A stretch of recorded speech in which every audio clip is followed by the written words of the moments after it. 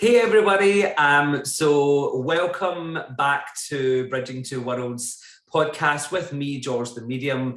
I have a darling friend with me today, and she has one of the biggest wealths of knowledge that I know within her field. Her field is not just to one thing, it has many facets. And this woman is a powerhouse within the community of what she does of the world of the paranormal and then some. She has more knowledge about the most intricate things to do with the business and how things work as a business and with the research that she does as well. So welcome, Michelle Roos. You had it right the first time, darling. I'm like, I never call you by your second name, so that's even worse. You're just like, hey, babes. So me and Michelle have been friends for a few years. Actually, our friendship grew during lockdown, and we kind of have had the most fun as our friendship has grown, because it's all of these voice notes of, what positivity and, even in the moments when you're having a down day, one of us will unconsciously voice note the other something random fun and or a voice call. So we've really grown that friendship, and we were brought together through my part of the mediumship side of things, and Michelle being a medium but also within the paranormal. Michelle, I want you to tell people, because you'll do a better job than me, what it is that you do, what it is that you are involved in your field, and then we can open the conversation that way. Well, yes, I do psychic medium, trans medium, whatever people want to call. I'm not sure what the titles are anymore nowadays. Yeah. I do more of the darker side of things. So as like yourself, you get the loved ones that come in and leave messages and things like that. I actually get what was really bad, or if there's something attached to someone who's wanting a different type of reading. Someone who wants to do a full spiritual cleanse is what I call it, from the inside out. I am the one that I won't fluff anything because I am not a fluffer. But I will say, if you want the truth and you want to learn how to live, then I would be the one you would call. I get called on a lot of cases that are more of the darker side, negative energies. Some would call demonic. I am a demonologist, and I am the first woman to be put on the Worldwide Society of Exorcists. So we're going to come to that. But can you just jump back a little bit about the darker side of things, and then let people really know what this title, what a demonologist really is? Because I see so many people using the label, and I'm had a little bit of a research of who they are, and realizing that, all of a sudden they've got a Facebook page and it's only been open for 2 months, and they're a demonologist and they're filming themselves on cases. So you actually have a network, which is what I find the most amazing. And I think people need to know about that first of all, and then what the demonologist side of things and how you help people with the darker side. Because I just do readings and demonstrations. So I'm mums, dads, grannies, granddads, brothers and sisters. So I'm always like the cuddly side of things, whereas you do so we're kind of almost on polar opposites more, but yes, how the spirit world and the universe brings us together. So can you explain a bit more about that side of things? Well, a lot of dark cases, depending on what your beliefs are or the religion that you might follow or not follow, everything is, from negative energy to, the creepy crawlers, things like that. Or if you go on the biblical side, it is, demons. You have angels and demons, and, everything has a balance. And I know we've talked about that a lot, where a lot of people want just the good, but you have to have the bad to do the balance, because that's how the universe is made. I started working cases, started getting calls from around the United States, also across the pond, that I started having to build a network, which then actually gave the birth of Riverside Iowa Paranormal, and having chapters in different places in the States so we can actually help more people in need. And then we also have the chapter in Greece and the UK area also. These are, done, whether it's video, we do in person. But if there is a lot of the negative, which also self manifests from the family that's there, that's kind of when I start coming in. I start assessing, are we working with real demons? Are we working with something that was in the home? But because of the energy shift in the home, because of the way the family is, it has now turned into something darker. And then that's how we try to do it. So we don't just go in and do the paranormal. We actually, go in and like I counsel the family. I teach them how to love themselves again, how to love each other and start bringing that light back into the dark so they have a balance. So it's not all just one sided. And that's kind of how we continue doing that. I love though that the aftercare part, that I know we've spoken about this off camera kind of side of things, but the aftercare part of what you do, I don't see. I see a lot of people talking about that they do that, but there's a lot of online garbage. And I'll say that because this podcast is about being honest and about Yes. finding the truth in the conversation. And I'm not here to blast anyone or put anyone on blast, but what I mean by that is there's a lot of people who say that they will give aftercare and thought and love and compassion and all this and support, but really once they've got the clicks online and the views, then it's like you're kind of a forgotten person and we've left you aside. And we know that because then people went online and said, I've been left. And so the mental support, the encouragement, like just dropping people a message to say, hey, I'm checking in, what's going on? Let's grab a FaceTime. I love that you do that. And do you find that how much difference do you see in families that after you've been in dealing with whatever it may be, how much a difference do you find in those families with them coming together? It actually grows them in a spiritual side. And a lot of people don't realize, we have our physical, but we also have the spiritual side. Yeah. And a lot of people don't tap into that until something does happen to them or their family. And, the more you empower them as a family, not just with the love, but empowerment of that's their home and show them the correct ways and be their backup. Call me if something's going wrong. You see that they start striving to better themselves. And then other things in their life starts changing too, and you have to go back into, because I could go in and cleanse, I can go in and do prayer, I can do all that. But if I don't have that family backing me up to do it with me, it's not going to work.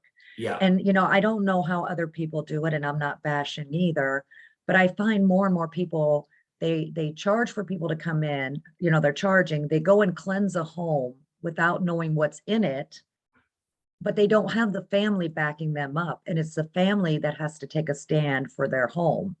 And so then I get the calls. Well, I've had 12 different people here and nobody can seem to do it. Well, because everybody thinks you can sage everything away. Not really. Yeah. Spiders, but not everything else. So in that though, it saddens me hugely, especially in your field, and actually the growing number of people that I have come to me and said, hey, do you deal with house cleanses and things like that? And it's not really something that I do. And I found an upspike kind of in the last 12 months of people who have come to me and said, hey, do you do this or do you know someone?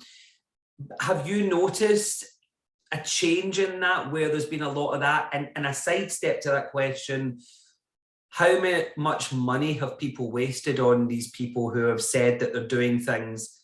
I don't need to know a number, but I am assuming that the number is it's high. Okay. And people don't realize, our world has been upside down. We were quarantined.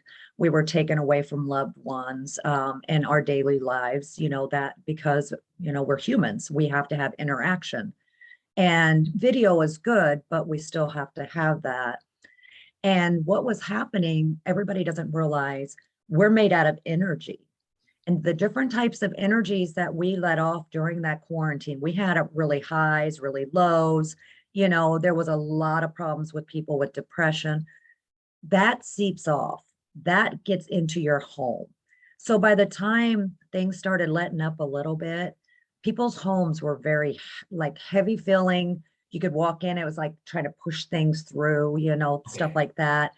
And so doing small cleansings, but teaching them how to do it, bring in the certain oils, the smells that actually makes Excellent. you go, those should not be getting charged those kind of money. Because what's happening is, here we are, like everybody right now complaining about the gas price gouging. Same thing when it comes to paranormal and house cleansings.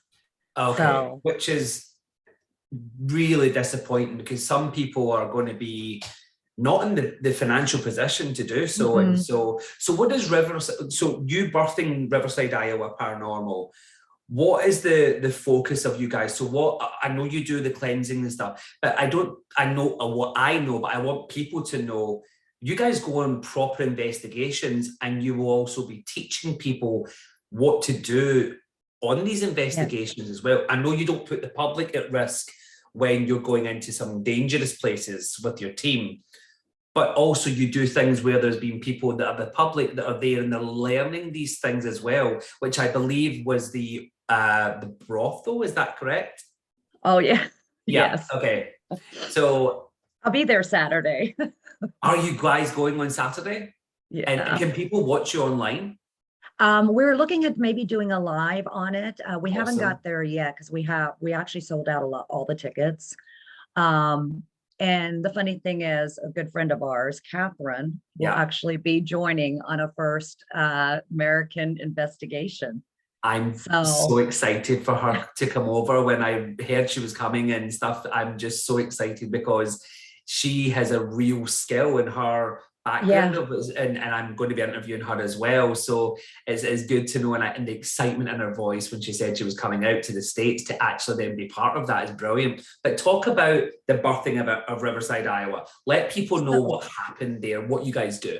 well, it started with just doing helping families who needed us or just, anyone. And we never charge for any of the help that we do. So we started getting a lot of those and we're like, okay, what can we do to help supplement that? Because we never will take a dime from the families we go see. So first we did the whole, like I said, building the network, getting the people out there, but people who take this seriously, not just, oh boy, I get to take my gadgets, turn off the lights, and hopefully something speaks to me, Sure. but actually going in, finding out the story, finding out what all the history background is so we can give answers. Then we decided, well, people were always asking us, would you guys ever go to places that we can come to? So we do events throughout the year.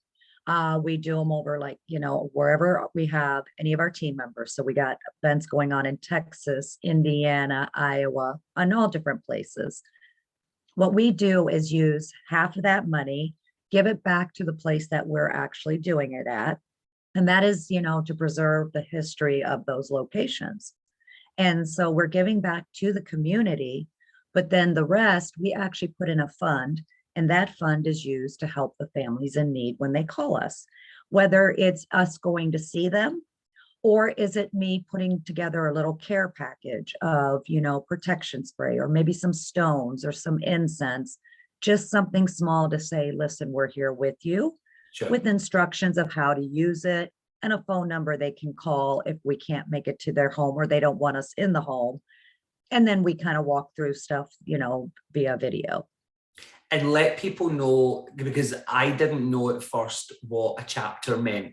So I had a kind of rough idea, and I know you guys call it chapters, but I know people maybe outside of the States might not know what that means when you have different chapters of Riverside, Iowa. So let people know what that means. So when I say Riverside, Iowa Paranormal, that's the actual umbrella. And then right below it, you would have like one state of Indiana, Iowa, Arizona, Texas, and then, of course, the UK.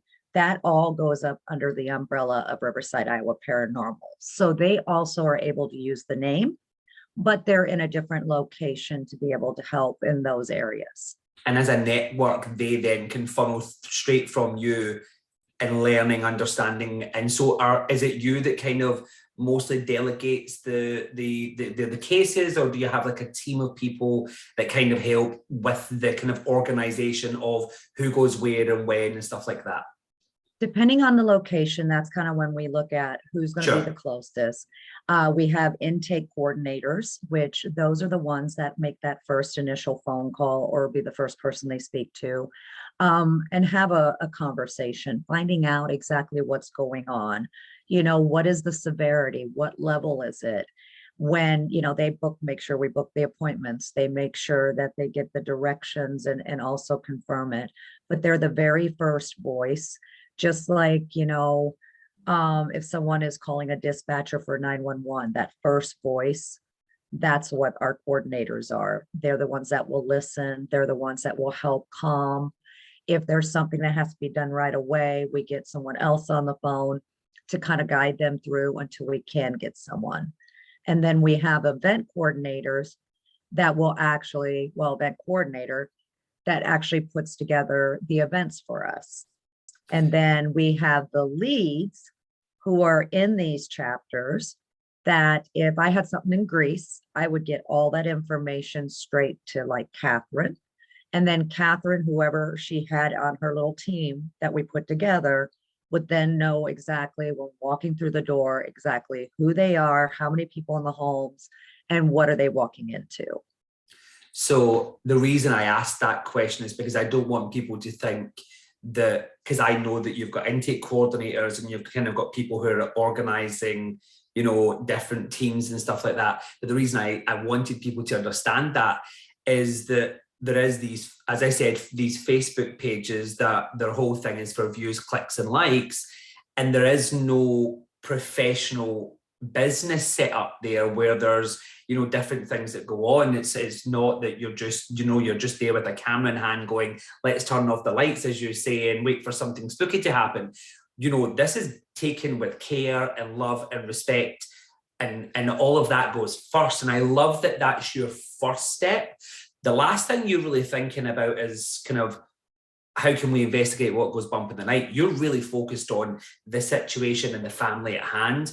And of course, the investigations where people can pay and stuff is you know, something different, but also all under that umbrella. So yeah, that I think is what really sets you as Riverside Iowa Paranormal apart from the rest, in my opinion. And I've been doing this for 22 years and I've met some crazy people, you know, who, I mean, I remember a great story of a woman, and we were in a bar, me and my friend, back when I used to drink many years ago.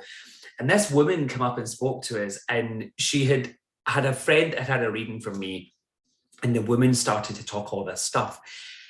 I was like, oh my God, this woman is in terrible need. Like, there's all sorts of weird energy with her, and she was really. So me and my friend finished with drink. She was also a medium, and we went back to my apartment, and you know, we were like, okay, we're going to do some cleansing stuff and some energy, and really what we realized was she was just whatever, but there was nothing going on. She believed that it was going on.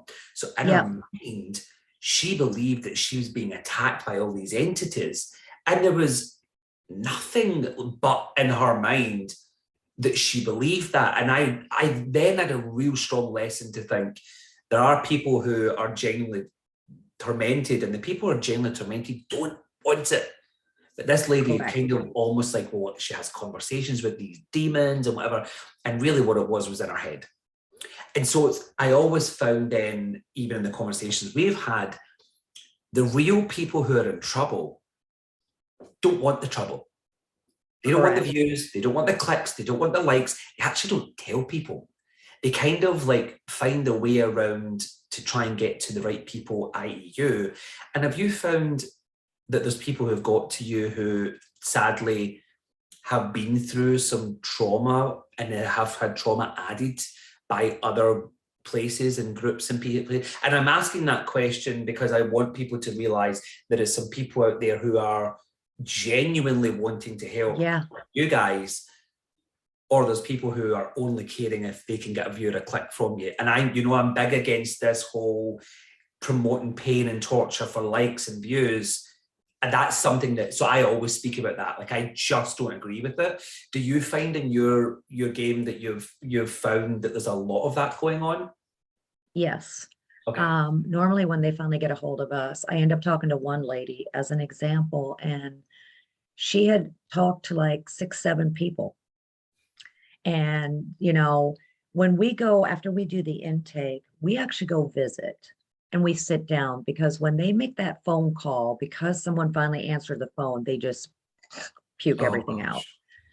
So what we do, we don't even investigate. I mean, we'll take a recorder, but we sit down with them and then we talk again while we're in the home.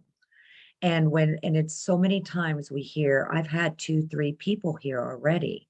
This person told me I have demons. This person said they cleansed everything. Oh. This person says it's all medical and we should just be doing this. So now they have no clue of, is anybody going to believe me? What is going on? And so doing that walkthrough and sitting and talking to them, we can kind of get the story together and know where we're going, so it's like there's so many times people are going in there. And again, there are other people out there that do it for the right reason. There really is. Yes. But at the same time, the sad story is it's more not doing it for the right reasons that get me. So, So this is a question on that, and everything that you've been through and your experience in this whole journey that has brought you to this, this point in your life, at the ripe old age of 28. So what have you learned, Michelle? What has Michelle learned from your experiences as psychic medium, trance medium, demonologist? Like, what have you learned from that? What has Michelle got and learned from that? Michelle learned how to live, plain Okay, and simple. explain. And okay, we sometimes get into our own little tunnels and our own little wormholes, or whatever you want to call them. And it got to the point where I was stuck there. Where am I going? Where's the other side? I was so enthralled with just the death of everything. I forgot how to live myself. So I was personally dying. And came to a point where, okay, I have to come to terms of what I'm doing. And I got to put my own boundary. I can't keep giving, giving, giving and not living. And so I decided I'm going to live. And as soon as I made that decision, everything else started opening up. I started seeing more of what I was supposed to see, and things made more sense to me. I love that. Like, that message of Michelle found Michelle, kind of like going Mhm. through the journey of, and how long have you been doing this? Oh my God, a Do long you want time to without say? telling my age. Yeah, it's been Um, over 20 years. Let's put it that way. okay, Yeah, because Michelle was just Michelle, a name. It's sure. Michelle this, Michelle that, Michelle this, Michelle that, Michelle this. And it was like, well, who's Michelle? And is Michelle really helping? And then when Michelle found Michelle, now she's helping. So then, because you found you and then recognized who you were inside, you were then able to say, well, I know what I need to give me to give back. Correct. Perfect. Okay, which I love that, because there is a message for anyone that, and whatever you do with whatever field you're in, if you're finding you and you're happy within you, then your journey that you're on is, then you're only going to get back more. Oh, absolutely. So I know that you've become a little bit of a celebrity in this movement. And so how do you deal with the celebrity? Because I know that many of the big names in the movement at the conventions and stuff, everybody knows who Michelle is from Riverside, Iowa. So that's the interesting one. How do you deal with that celebrity side of things? I stay humble because I have to thank Spirit for giving me what it gave me. At first, I was upset with Spirit because it was always dark and nightmarish. But then when I said, like, I began to live, I understood why I was getting it, to understand what other people's trauma was. So I stay very humble. I'm just me. I can have a foul mouth. I can laugh. I You can cry. Yeah. never. So, but that's what I do. I don't think I'm not too big for my shoes. Let's put it that way. And I even if I was put on TV one day, I would still be humble because the people who come to those paracons and all those things, they come, but they also have something going on. That's why they're drawn. And if you really sit back and watch them, how many people have the baggage on them of just being, not knowing who they are and just trying to find their own way? It does make you think. So it's not just pictures, it's wow, these are real people that need to hear you say hello and recognize them. And so do you think though, I mean, obviously a massive amount of people are going to come to these conventions Mhm. because of Hollywood and what the TV networks and the TV shows. And I mean, every other channel has something spooky going on. And I know for me, and I wonder how many people you meet, for me, my finding of what was going on was my interest into the paranormal and the spooky. But, I'm getting back to before the days of the internet. So like I was in the library turning Yep. pages in a book, reading about experiences and para. Oh my goodness, the word escapes me. Oh goodness, when you can move objects with your mind, the word has completely gone. Telecon Telekinesis. There we go. telekinesis. Yeah, yeah. I remember reading a book on telekinesis, and I'm thinking, well, this is really interesting. But I then was thinking, oh, everything's energy. Every time I read on these old books, everything has energy. And I'm like, oh. So then when I realized that people, in a way, we are energy. As you know, I don't like people in the spirit world being described as an energy because you're not an energy, you're a person. So I don't want to pass on and then come forward to you as a medium and you say, oh, I have this male energy. I want you to say, I have a gentleman here or a guy here, and he is George and he's like X, Y, and Z. And Yes. that's the only thing, as you know, I don't like the term of a person being described as an energy, but we are energy inside of a physical body. And when I got that again back in the library days, understanding that was my pull, but now there's Hollywood has created this machine. Do you find there's a divide in people that come who are curious and need help, and then the ones who are just there fame seeking, or is everyone under the layers always kind of someone who has needing help or trauma? I think it's the under layers of needing help. I Sure. mean, a lot of them are starstruck. I mean, that's what they have. And then think about like the people who are into UFOs or cryptids and things. There's something that's drawn you there to begin with.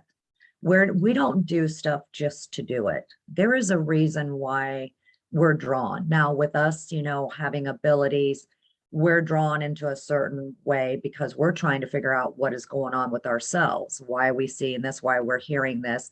Everybody wants answers for questions.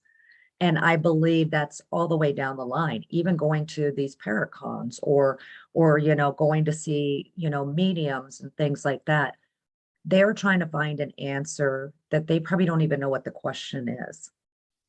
So there's a good point to jump back because we're looking at where we are and where you are and where Riverside Iowa Paranormal is at. And we spoke a lot about present day and the journey that you've created, the network. Mhm. How did Michelle start? Where did little old Michelle, who discovered she had abilities, where was your birthplace within that? Were you gifted as a child, or did it come to you later? Were you aware as a child or not? What's happened there? So, like a lot of people's story, it was as a child. I was growing up in Germany. Dad was military, but I noticed that my so-called imaginary friends, they were very creepy looking. They always looked really bad, and I was terrified of them.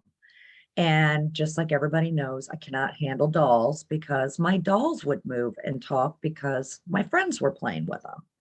So this whole nightmarish thing was a continuous.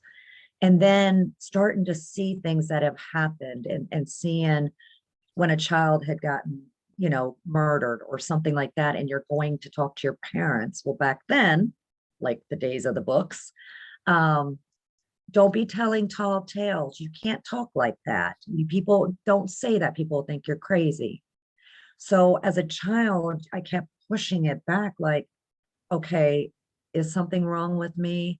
Why is this coming out of my mouth? Why am I seeing this guy trying to pull me into his car? Different things like that, that I kept trying to suppress it and, go on with my life, but it would always peak out, you know, going through school, seeing when someone has committed suicide, but seeing walking them through the halls and you kind of jump. It was taken a while, but it was always there, but I had more control, and again, I was doing for everyone else. Stay busy, do for everyone else. Don't think about yourself, then it won't be real. And then that's when Michelle had to find Michelle. And I had to wake it up. Crazy, crazy train coming at me in all directions. And I know, thank you to you and Catherine, after my one experience finding out about anchoring, because I was, I was energy. I was so bright, I was blinding myself. But it was nice to know I had real people, like you said, not worried about a click or the fame, that I was able to come to and say, I'm a little scared. Yeah. I'm not understanding something.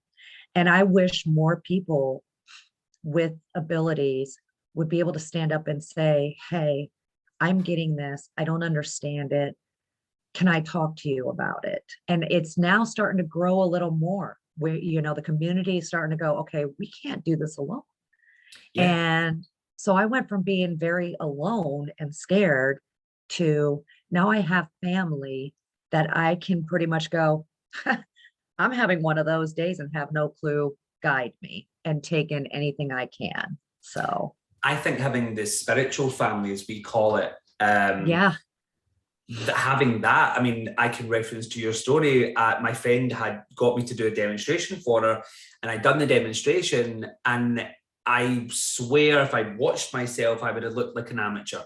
It was an awful demonstration. I remember coming off and I was like, I'm so sorry, that was awful. And she's like, no, it was great, it was great. And I was like, no, it was bad. And anyway, she was busy, so I kind of got myself together and left. And I've spoken to her since, and I said, I was awful that day. I just wasn't vibing. My energy wasn't great. My evidence wasn't great. I'm so disappointed in myself. And it took her a bit of a time to then say, like for her to then be okay with me as our friendship grew, where she went, yeah, George, you had a rough day that day. Like, it took her time for our friendship to grow, but I think that's because she's kind of part of my spiritual family here, where we work together a lot. And so it's kind of like that, where, like you're saying, it takes a trust in many years being in this movement, in this game, to really then understand who has your back genuinely and who doesn't. And, so there's something you mentioned about being a kid, though, and everything not being okay. So your experiences were pretty scary and not okay as a kid. Do you think, and this is just a thought, and I would love to hear your thoughts on this, do you think that your experience as a child with all this kind of more scary negative kind of stuff was to prepare you for where Michelle is at now? I believe so now. Okay. I would have probably not believed it back then, because I really felt like, I got to say, honestly, I was upset with God, because I'm like, Oh. don't you love me? Why are you doing this to me? And let me explain the nightmare so that this way the people who are watching will know. So when I see somebody, when they're giving a message or whatever, I see them at the time of their death, whether they were hung, shot, if they were burnt, I see them in those states. So kind of like, watching The Walking Dead or the movie Alien, because when I see negative energy, it forms into these creatures. And so I see these like half body crawlers and things like that. So as a child, you weren't allowed to watch scary movies. So I didn't have anything to influence me. And to have these kind of thoughts, you think about it, what kind of mental illness does this person have? Why is she at 5, 6, 7 years old talking about half burnt up little boys walking in her room? So the more I heard it, I thought God hated me and Gosh. I was getting punished. So these were my thought process as a child. And then I had to start trying to maneuver through. And I guarantee there's a lot of children nowadays who have abilities at a very young age, depending how they're coming in. I mean, there comes a point, it's going to be scary. And how do you do it? And people nowadays are more open-minded, Yeah. but back then, not so much. And especially with the German Oma, that's a no, no, no, Oh, okay. so Did you have it's anyone around witchery. you though? Like, did you have anyone around you who in the family were gifted that you could then speak to, or was it just little old Michelle? It was just me. I remember us, I was at the dinner table at my Oma's house, and I was talking to a beautiful lady across the table, laughing and giggling, and was getting in trouble because I was being loud. And I'm like, but I'm playing with her. And they're like, who are you playing with? I'm like, I'm playing with Tunda. And they're like, you can't be. And I'm like, she's sitting there making faces at me. And here I'm fighting to tell these people, not realizing they're not believing me, shut your mouth, but it would not stop coming out. And when I said her name, she died years before even my mother was born. And it still didn't click with them that, hey, maybe she's on to something. It was up in your room. No, Right. no more of this nonsense. So it was kind of like, dang, it was rough. It was And rough. then let's go to the flip side though, where people nowadays, because of all the scary movies, as soon as their kid starts staring at the wall, you know, It's demons. yeah, and they've got their kids in their mind pinned against the wall, turning upside down, like, and so it's just the opposite. But I Yeah. kind of I love the internet and I love the growth of knowledge, and we're doing this via the internet. So I love the fact that there's that, but there's the misuse of it, because at least before that, we went to the library and read books. Yep. Like that's how we spoke to people. And I was with someone today um, who got to be lucky enough to there's an amazingly talented Scottish medium. He's many years gone now, and his name is Albert Best, and he was a postman. And so his demonstrations, because of the postman thing, the spirit world used that knowledge. So he would then give demonstrations, and he would give the full name and address and the postcode and the postal code, like for you, the zip code. So he would give Yeah. all of that. So he would say, I've got Mrs. Jean Smith, and she lived at 123 Arthur Street, Glasgow, G41 2PB. Like he would do that. And so that's kind of but anyway, she was lucky enough to get to know him. And we were talking about the change in mediumship and really the growth. And she said back then they sat in these circles, and there was these closed circles where the great mediums had to do everything in hiding. But even like you with the paranormal, do you find that you can be quite open and free about it, or do you come up against quite a lot of hate from people, I suppose is the right word? It's still kind of half and half nowadays. Okay. Even though it's all over the place, you don't realize how many people are still, that's kind of a taboo. They don't want to talk about it.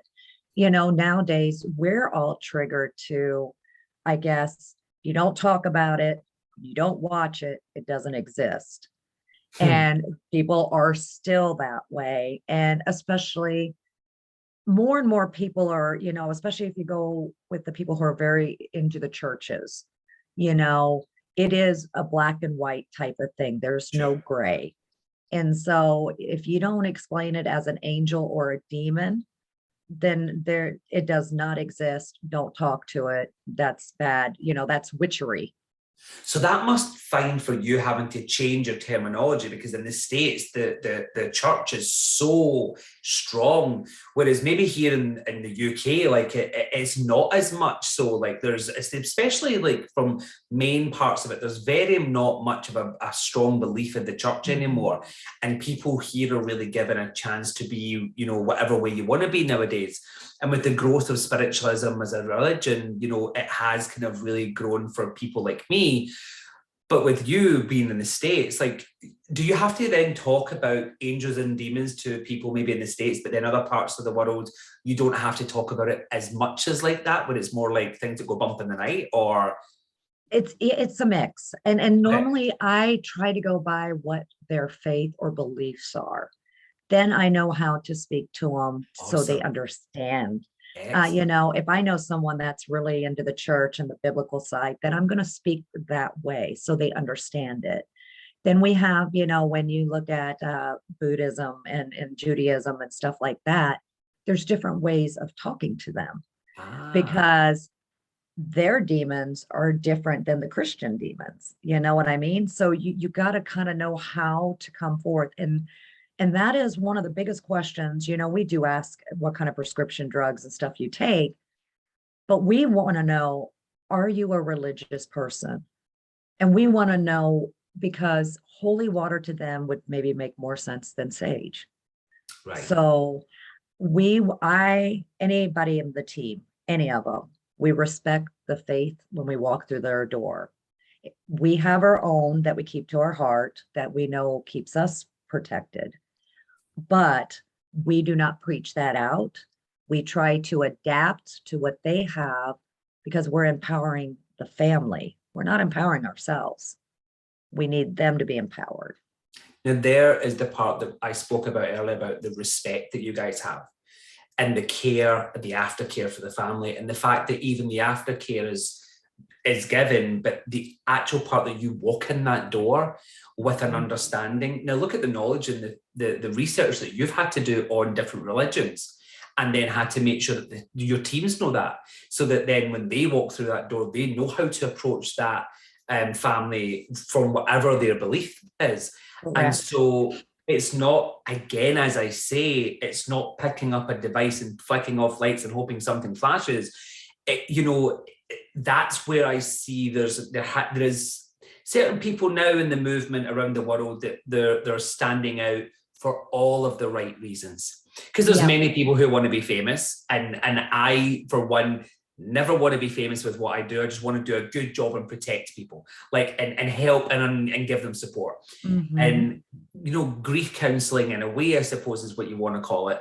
But that's the job that I want to do. But other people really need to be on TV for what they're doing, like yourself, to actually then change the mindset of things that go bump in the night. You know, there's got to be that where, and I don't know even if that's where you want to be. Like, would you love to go down that road for the education and support purposes? Because I know you're not in for being famous. Like, that's not who Michelle is.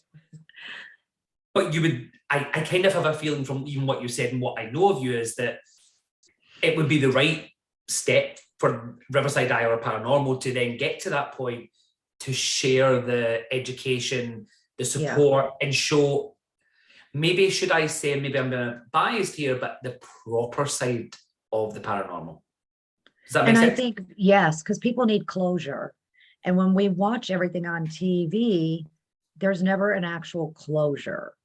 And, you know, so people are left going, well, did this group actually do something? Did they help this person? Did they do this?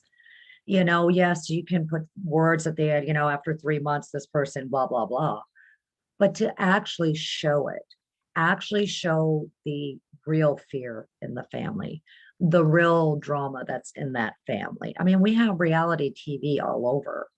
So why can't we add that little piece in? So when you go in there and you're seeing an actual father break down and cry because he's not able to protect his family, and no matter what he's got, he feels lost, to be able to show how he can get that back and know that with the right stuff, I'm able to protect my family.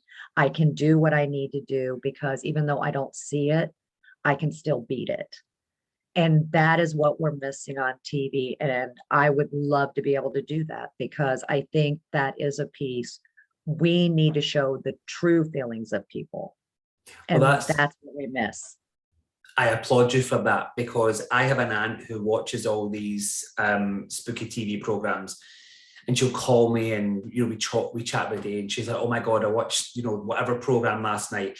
Oh, and you should have seen them. They were given rules not to do this and not to do that before they went in, and they were doing it, and they were tempting this, and they were touching this they weren't meant to touch, and going into a room that they weren't meant to, and they said things they were." And I'm thinking, because she's giving what that TV show wants.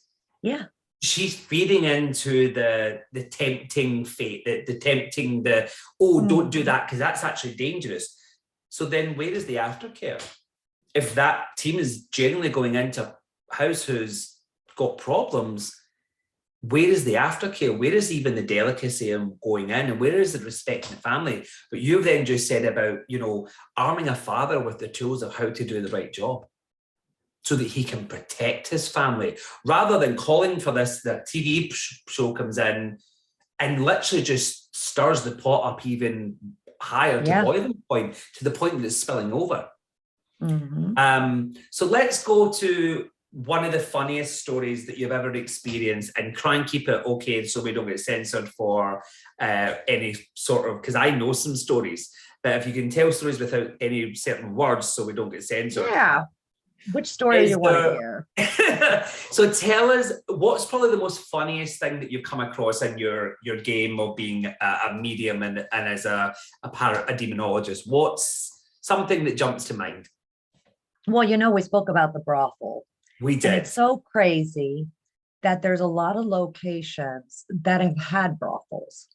But when you look at the history, they don't talk about it because it was one of those taboo. When they say it's the oldest profession, it really is. Yeah. And it don't matter where you live. And so, when you're walking into some of these locations and you're just kind of looking around and you got this smile, and they're like, what? This guy lived there and he was like the governor and everything was so great. And I'm going, oh, yes, it was. And you're trying to go, do I tell these people what was going on? Yeah. And I'm like, you need to sit down. And then when I tell them, oh, no. And I was like, really? And then I have the girls kind of, once you show them. And that's when everybody's like, didn't even know that existed. And so they start going back into history and go to different locations to look in books this time instead on the internet. Yeah. Oh my God, this place had 8 brothels, this little town, 2 banks, 8 brothels, and a lot of rich men.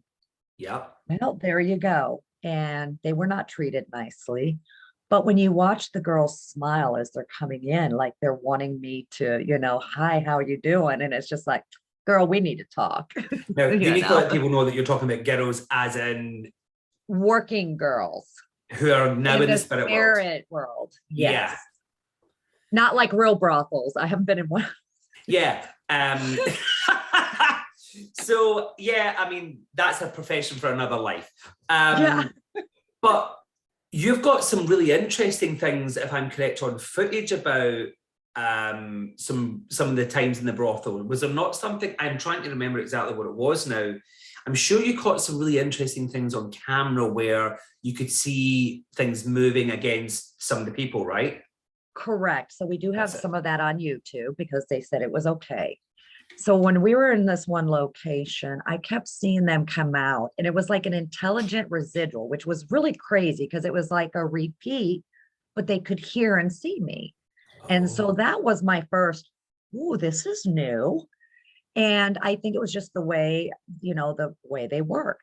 So we were there at an event and something just told me, let's try an experiment.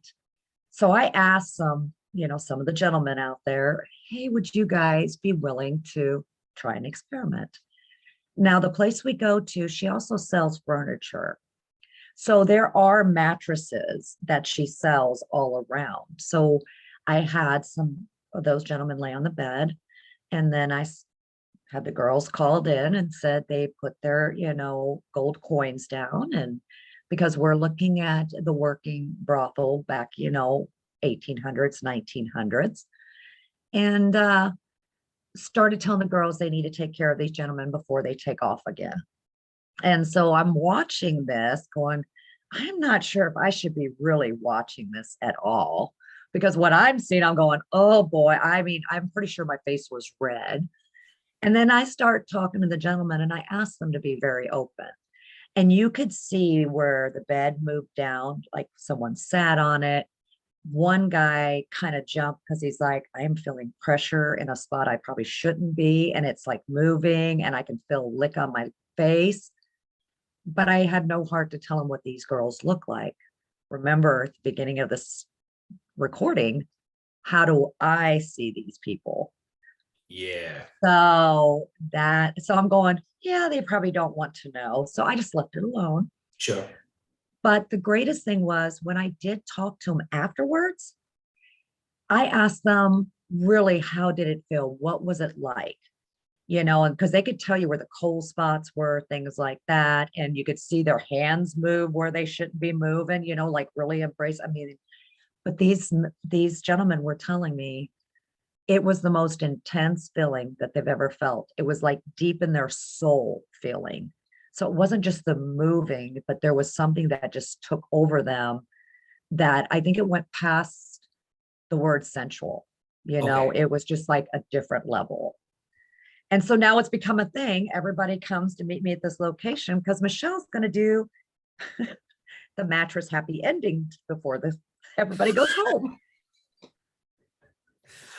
I But mean, that's what they call it. yeah, that's true. But you actually have footage of this Yes. where people can actually see, people who were there, people on camera are able to see the movement of things happening.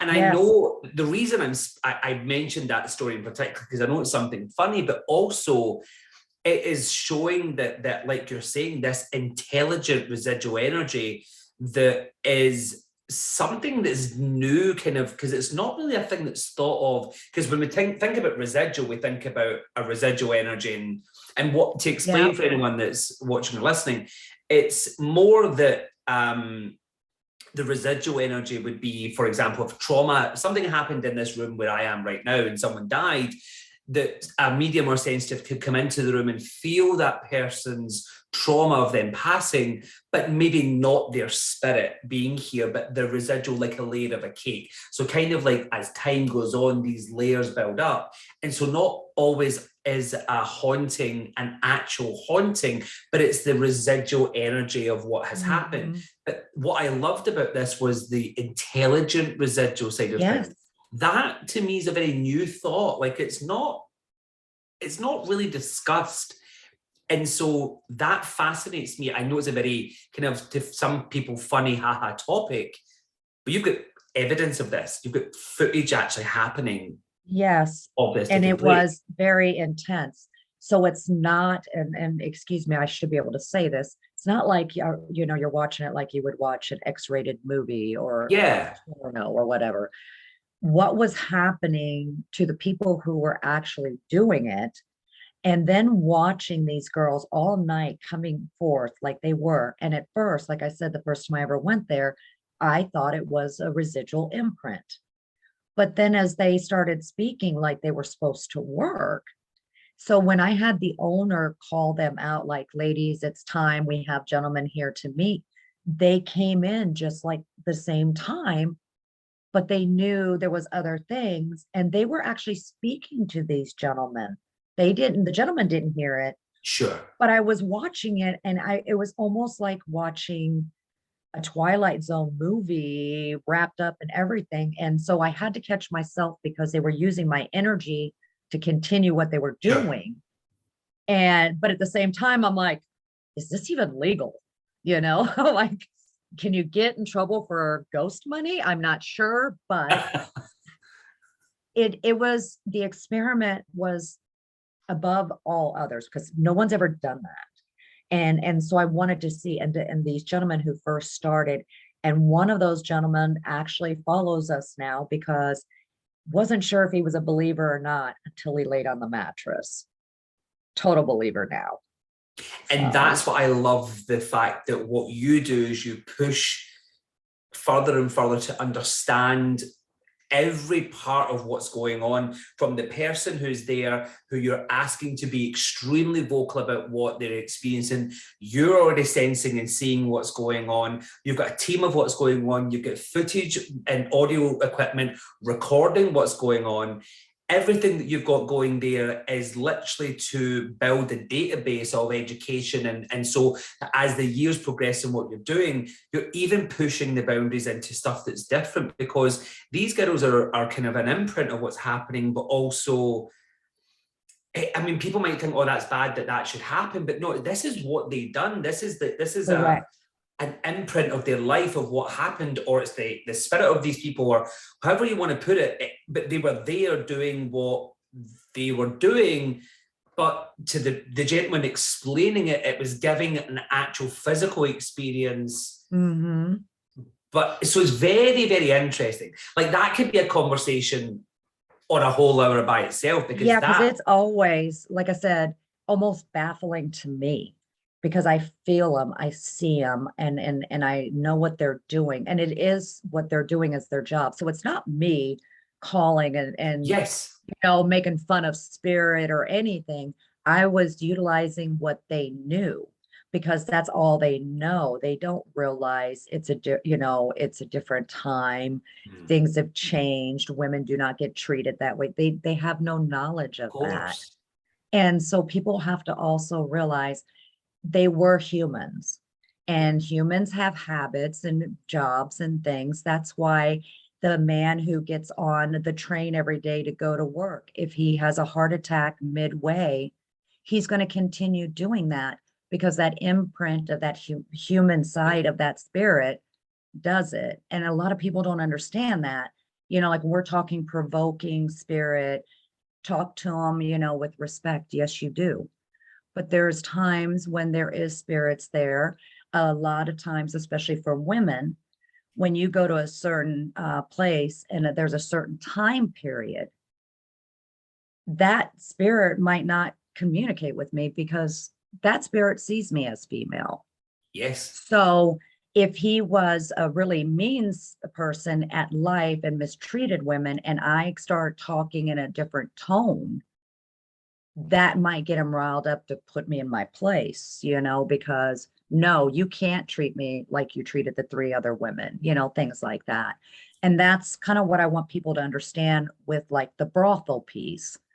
It's not saying we're showcasing them. We're just doing something that they already did and still are doing.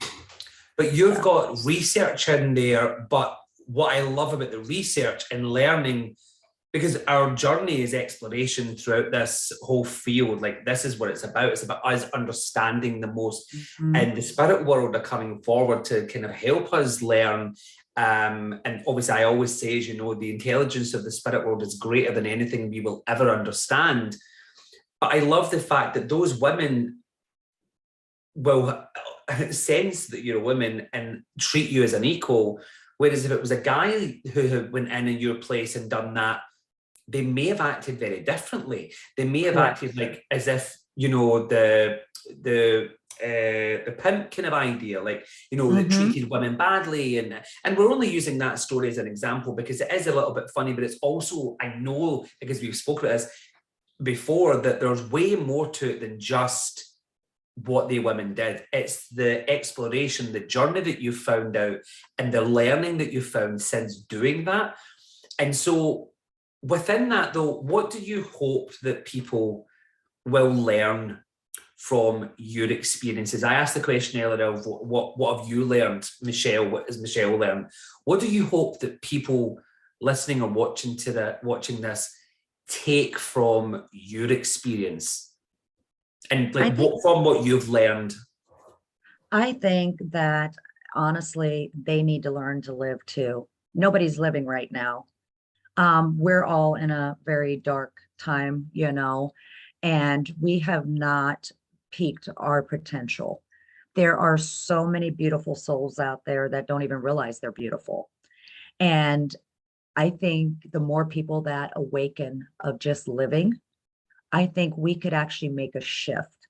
I know, and it's the hardest thing to do is to look in the mirror and say, hey, I love you. And you are someone, and it's time to live. And I feel that everyone should do that. And that is something that's really dear to me. I'm such a sap. No, you're not. And But that's my true feeling. That is my true feeling. I think everyone should learn how to live.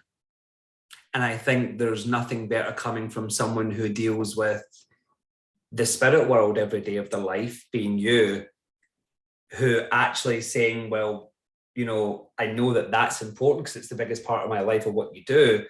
But then you're shifting the focus and saying, well, we can't deal with that until we deal with this, the reflection in the mirror.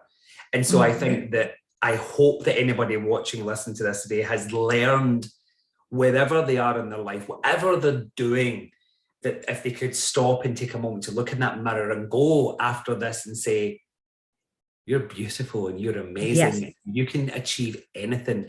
And I'm the biggest believer of that now in life, where you have the possibility and you do have the possibility to do anything you want to do. You can make whatever you want happen. absolutely. We manifest so much. Oh, And yeah. it's easier for us to manifest anger, sadness, darkness. Yeah. But when we have to look at ourselves and say, hey, I love me, Mhm. you can't. It is the hardest thing. It took me forever to actually make eye contact in the mirror with myself because it Really. was one of these. Because it was like, I knew I did, but did I? Because, oh, wait a minute, I got three other people that called me that needed my help. So I'm going to go do that instead of looking at myself. And there's a lot of people out there like that, even people with abilities. We let the abilities take over, like, oh, I don't have time. I'm too busy helping everyone. And then when we can't help anymore, we get pushed to the curb because they're not going to care if you live. And so I want everyone to. It is important. Well, on that note, thank you. You're Thank welcome. you so much. Michelle, tell everybody how they can find you. Where can people reach you? Where can people find you? Where can people learn about you in Riverside, Iowa? Well, they can go on our Facebook page, and it's Riverside Iowa Paranormal. Give us a like. There's Messenger in there, so if you need to get a hold of us. But you can also go to www.riversideiowa.paranormal.org, and you can meet everybody on the team there, things we've done. And if you need help, it's all confidential, and you will always reach somebody, and we will try to help you the best we can. But we also have all of our events on there. So if you just want to come out and have a good time and learn some different things, we can actually do that for you too. What's the YouTube page? It's Riverside Iowa Paranormal. Perfect. And the tours that you do, which we didn't get to touch on today, tell people about the tours that you're doing, because I know you come to visit me. Yes. So this year, I'm going to be in Scotland the first part of October. This is the one I'm doing actually with Catherine, and it's the Daughters of Agate. And we are doing the whole coastline of everything from the witch trials and all that. We're sold out on that tour, but there's a big one coming too in October. So we'll be going somewhere else during Halloween. And then next year, we actually get to travel with Mr. John Zaffis, and we are actually going to be in Greece. So we are doing that September of 2023. It'll be myself, Catherine, and John Zappis going off to Greece. And the stuff that's in Greece, never mind Scotland, but the stuff that's in Greece with all of the history there. I Oh, know. oh my goodness, that is. And so people can find out about all of that stuff where? They can go to the Facebook page of Mysterious Adventure Tours. And they also have mysteriousAdventuretours.com. And there's other trips there. If you want to do a trip with Andrea Perrin or Brian Cano, Rick McCullum, Mike Ricksacker, there are tours all over. They got a Romanian tour coming up too. So there is something for everybody. Amazing. And you guys on Instagram too? Yes, we are. Amazing. We're on Instagram. Oh my gosh, we're on Twitter. You wherever you put Riverside Iowa Paranormal will pop up, We'll and find Daughters of Hecate, anywhere you put us, you'll find us. Thank you so much. I'll put all the links in the bios and stuff for people to find you, so that people, if they're not sure the spelling and stuff, I've got all that there as well. Michelle, darling, thank you so much for being part of Bridging Two Worlds podcast and YouTube. I love you dearly. Please have a wonderful the rest of your day, and thank you for taking time out of your day to do this. Thank you. I love you, darling. Love you. Bye.